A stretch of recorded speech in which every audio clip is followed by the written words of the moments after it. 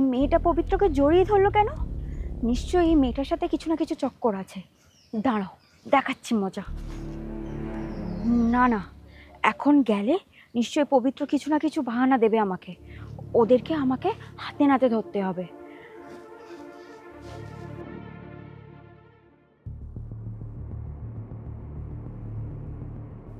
এই টাকাটা রাখ, আর সাবধানে বাড়ি যাবি, বুঝলি?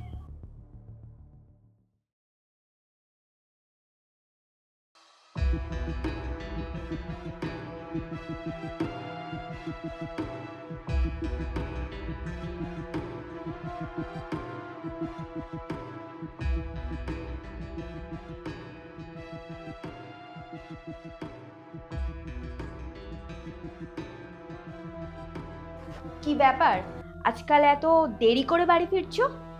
হ্যাঁ, রাস্তায় খুব জ্যাম, তো সেই জন্য দেরি হয়ে গেল। তারপর রাতের ডিনার কি বানিয়েছো? রাস্তা জ্যামের জন্য নাকি নিজের প্রেমিকার সাথে দেখা করতে গিয়ে দেরিটা হয়ে যায়? এসব কি বাজে কথা বলছো তুমি? আমি কোনো বাজে কথা বলিনি। আমি নিজের চোখে দেখেছি তোমার প্রেমিকা তোমাকে কিভাবে জড়িয়ে ধরছিল। পায়েল, তুমি যেটা ভাবছো সেটা ভুল ভাবছো। ও আচ্ছা, আমি যেটা নিজের চোখে দেখেছি সেটা ভুল, তাই তো? আমাকে যদি অন্য কেউ এসে বলতো না, তাহলে হয়তো আমি এই ব্যাপারটা বিশ্বাস করতাম না। কিন্তু সবটা আমি আমার নিজের চোখে দেখেছি, তাই জন্য আমি বিশ্বাস তো করবই। আর ওই মেয়েটাকেও বলিহারি, তার লজ্জা করে না? সে একটা মেয়ে হয়ে আর একটা মেয়ের সংসার ভাঙছে। এইসব মেয়েরা না সমাজে কলঙ্ক। চুপ করো পায়েল, আর একটা কথা বলবে না। আমি ওর সম্বন্ধে একটাও বাজে কথা শুনবো না। তুমি যাকে আমার সাথে দেখেছো সে আমার প্রেমিকা নয়, সে আমার বোন। বাহ বাবা বাবা, এখন ধরা পড়ে গেছো বলে নিজের প্রেমিকাকে বোন বানিয়ে নিলে? হুঁ, সব ছেলেরাই না ধরা পড়ে যাওয়ার পর নিজের প্রেমিকাকে বোনই বানিয়ে নেয়। আচ্ছা, তুমিই বলো, এটা তোমার কোথাকার বোন যে আমি তাকে চিনি না? তুমি এই জন্যই জানো না ওটা আমার পাতানো বোন। ওর কোনো দাদা নেই, সেই জন্য আমাকে দাদা বলে।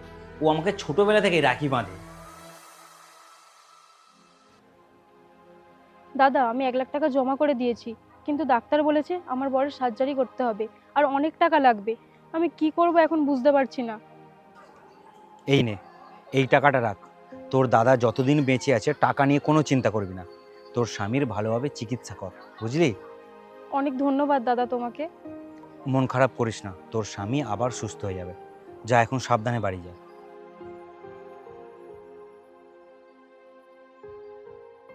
তোর স্বামী এখন কেমন আছে? এখন ঠিক আছে, কিন্তু ওষুধের খরচাটা এতটাই বেশি যে আমি কি করব বুঝতে পারছি না। আর আমাদের সংসারে তো ও একাই ইনকাম করতো।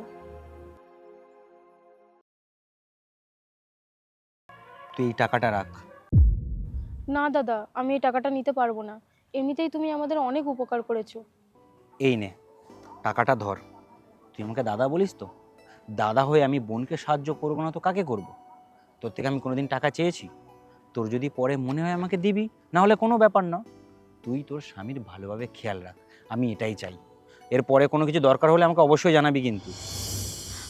আই এম সরি পবিত্র, আমি বুঝতে পারিনি যে ও তোমার বোন ছিল। আসলে ও যখন তোমাকে জড়িয়ে ধরলো, আমি ভেবেছিলাম হয়তো তোমাদের মধ্যে নিশ্চয়ই কোনো সম্পর্ক আছে। আমাকে ক্ষমা করে দিও প্লিজ। আচ্ছা, আমাকে একটা কথা বলো, তুমি এই সব কিছু আমার থেকে কেন লুকিয়ে গেলে? আমি এই জন্যই তোমাকে জানাইনি।